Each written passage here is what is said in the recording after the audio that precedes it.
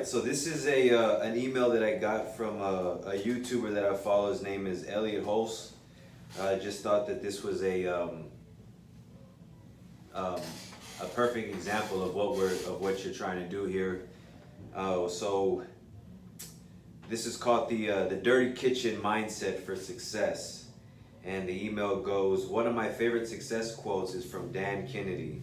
It says, "Success is cooked up in a dirty kitchen."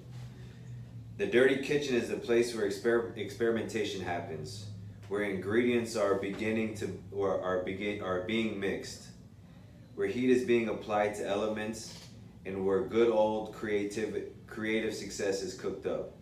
When you're in the dirty kitchen, you're not following the recipe or cutting corners. You're putting your heart and soul into creating something new. When I started strength camp, training people in city parks with trash, I was in a dirty kitchen. When I began uploading ugly, unedited YouTube videos, I was in a dirty kitchen. When I started holding live events and traveling the world teaching men how to grow stronger, I was in a dirty kitchen. For you, the dirty kitchen represents taking chances, being courageous, and adding something new to your business, relationships, strength gains, and life mastery.